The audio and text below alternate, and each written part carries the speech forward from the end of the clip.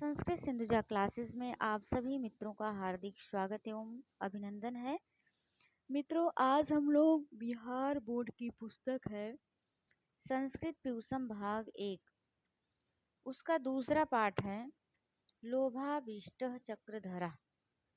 तो इसमें से जो प्रश्न आपके बीपीएससी टीआरई 3.0 में पूछा जाने वाला है उसमें से लेकर के उपस्थित हुए हैं, क्योंकि जो मेंशन किया है आयोग पाठ्यक्रम आपका, तो उसमें बिहार बोर्ड और एनसीईआरटी की पुस्तक निर्धारित किया है। और पिछली बार यही किया था कि जो चत्वारः वेदाः नामक पाठ हैं उनमें से प्रश्न टीजीटी में दिया था। तो प्रश्न जो भी बनाएगा तो वो वरीयता देगा, बिहार बोर्ड की पुस्तक को वरीयता देगा।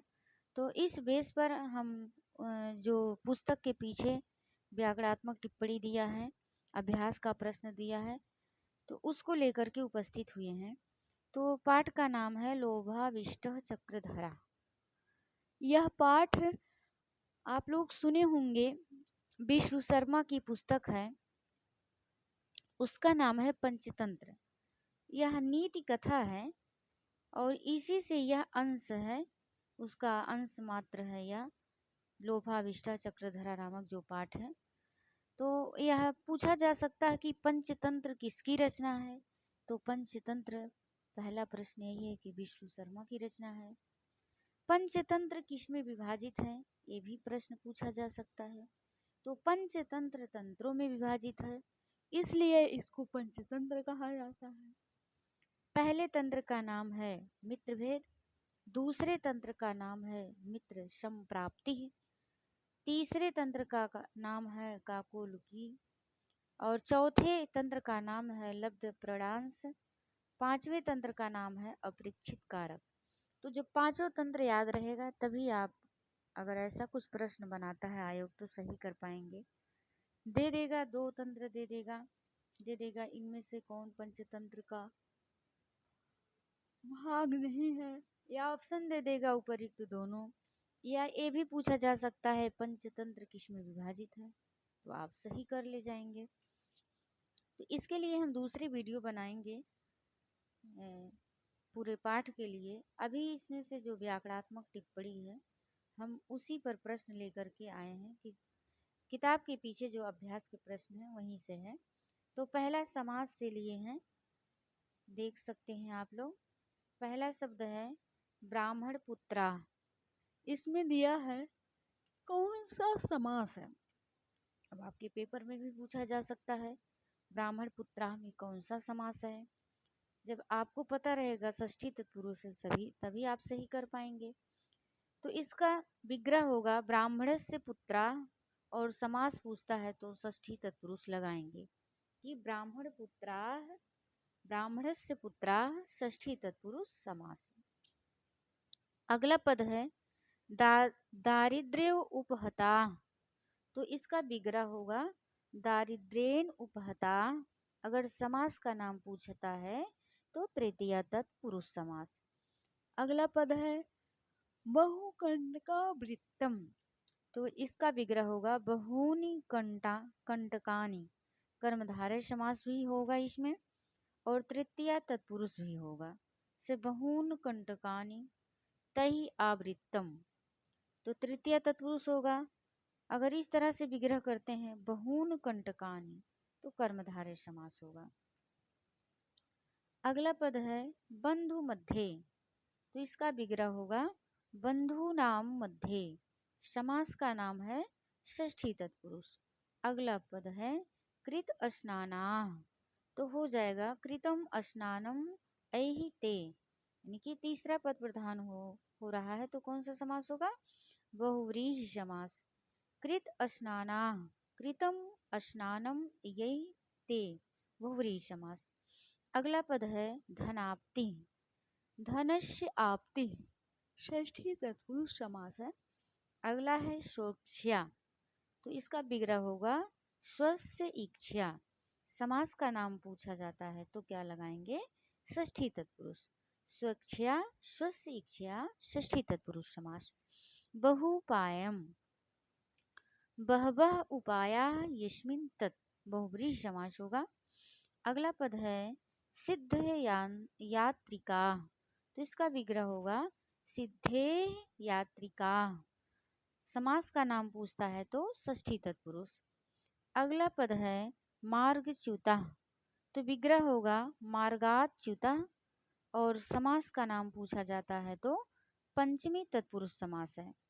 अगला है ग्रीष्म संतप्त तनु, इसका विग्रह होगा ग्रीष्मेन संतप्ता, तो तृतीय तत्पुरुष होगा और इसमें बहुव्रीहि समास भी हो सकता है।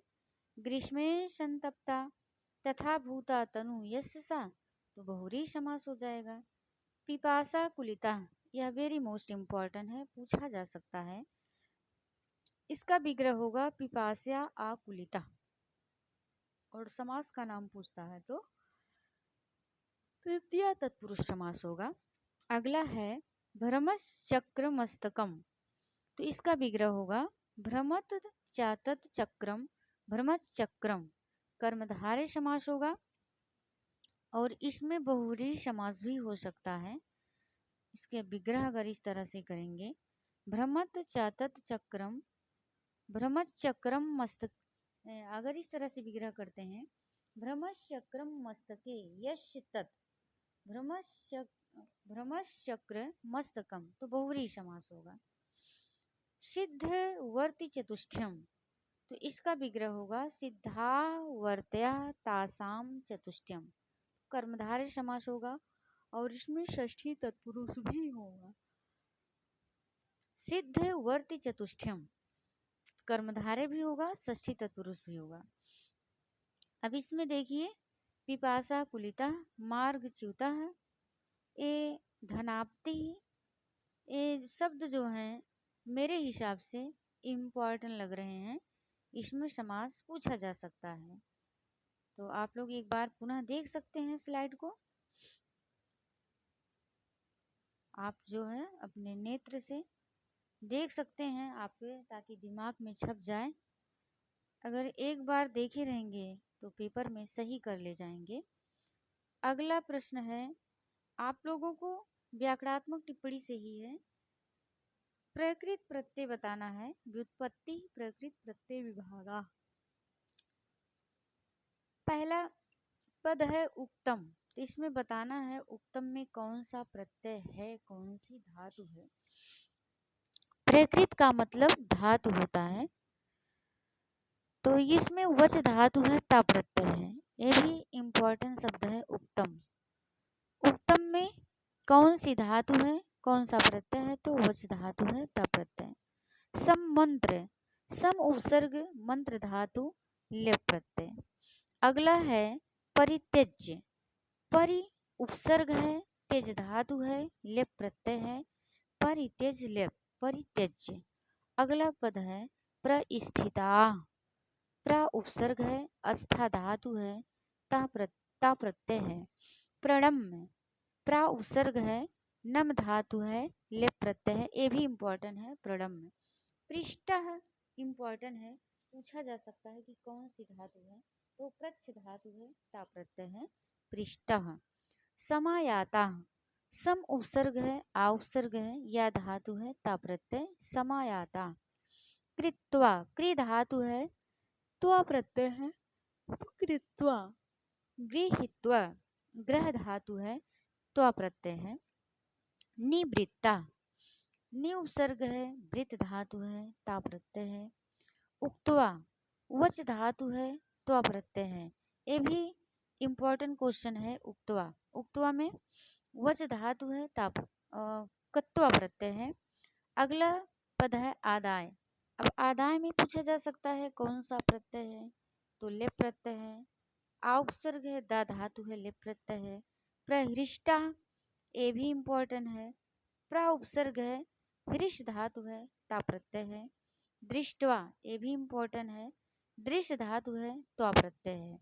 इधर आप लोग देख सकते हैं योग्यता विस्तार में पूर्वकालिक क्रिया कर के अर्थ वाली का अनुवाद करने के लिए त्वा तथा लेप प्रत्यय का यानी कि कत्वा या लेप प्रत्यय का प्रयोग करते हैं। कत्वा में त्वा और लेप में या शेष बचता है जो धातु से लगता है। उपसर्ग युक्त धातु से त्वा के स्थान पे लेप प्रत्यय लगता है। देखिए दोनों प्रत्यय का अर्थ होता है करके। जैसे क्रियाएं दो होती हैं, पूर्वकालिक क्रिया जैसे किसी किसी वाक्य में दो क्रिया का प्रयोग हुआ रहता है। जैसे वह खाना खाकर विद्यालय गया, तो यहाँ करके अर्थ आ रहा है। तो कत्वा प्रत्यय और लेप प्रत्यय यहाँ का को साइलेंट करके भी बोल सकते हैं, कत्वा भी बोल सकते हैं, त्वा, कत्वा में ता, तो अशेष बचता है। तो देखिए जब करके जो पूर्वकालिक क्रिया यानी कि वह स्नान करके विद्यालय गया, जाना भी एक क्रिया हुआ, स्नान करना भी एक क्रिया हुआ। तो स्नान करके यह पूर्वकालिक क्रिया हो गई जो पहले हुई है, करके अर्थ देने के लिए कत्वा प्रत्यय का प्रयोग करेंगे। अगर धातु के आगे उपसर्ग जुड़ जाएगा तो अर्थ वही देगा, लेकिन वहां पर तब हम लेप प्रत्यय का प्रयोग करेंगे। अब देखिए कुछ उदाहरण दिया गया है, जैसे क्री धातु है, कत्वा प्रत्यय है, तो इसका अर्थ हुआ कृत मतलब करके, और पद बनेगा कृत्वा, कृत्वा माने करके। दृश्य धातु है, कत्वा प्रत्यय है, दृष्टवा मतलब देख कर। पठ धातु है, कत्वा प्रत्यय है, पठित्वा का अर्थ पढ़कर।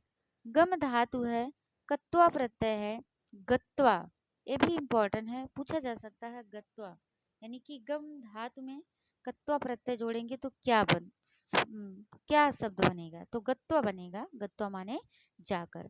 आस्था धन कत्वा स्थित्वा, ये भी इम्पोर्टेंट है, स्थित्वा माने बैठकर। खन धातु है, कत्वा प्रत्यय है, खनित्वा माने खोद कर। अब देखिए यहाँ लेप प्रत्यय आ गया क्योंकि धातु के आगे उपसर्ग आ गया है। गम धातु है, उसके पूर्व में आ उपसर्ग है, तो आगम लेप, आगम में, आगम में माने आकर। प्रा उपसर्ग है, विष धातु लेप प्रत्यय, प्रविश्य माने प्रवेश कर। वि उपसर्ग है, चर धातु है, लेप प्रत्यय है, विचारी, विचार माने विचार कर।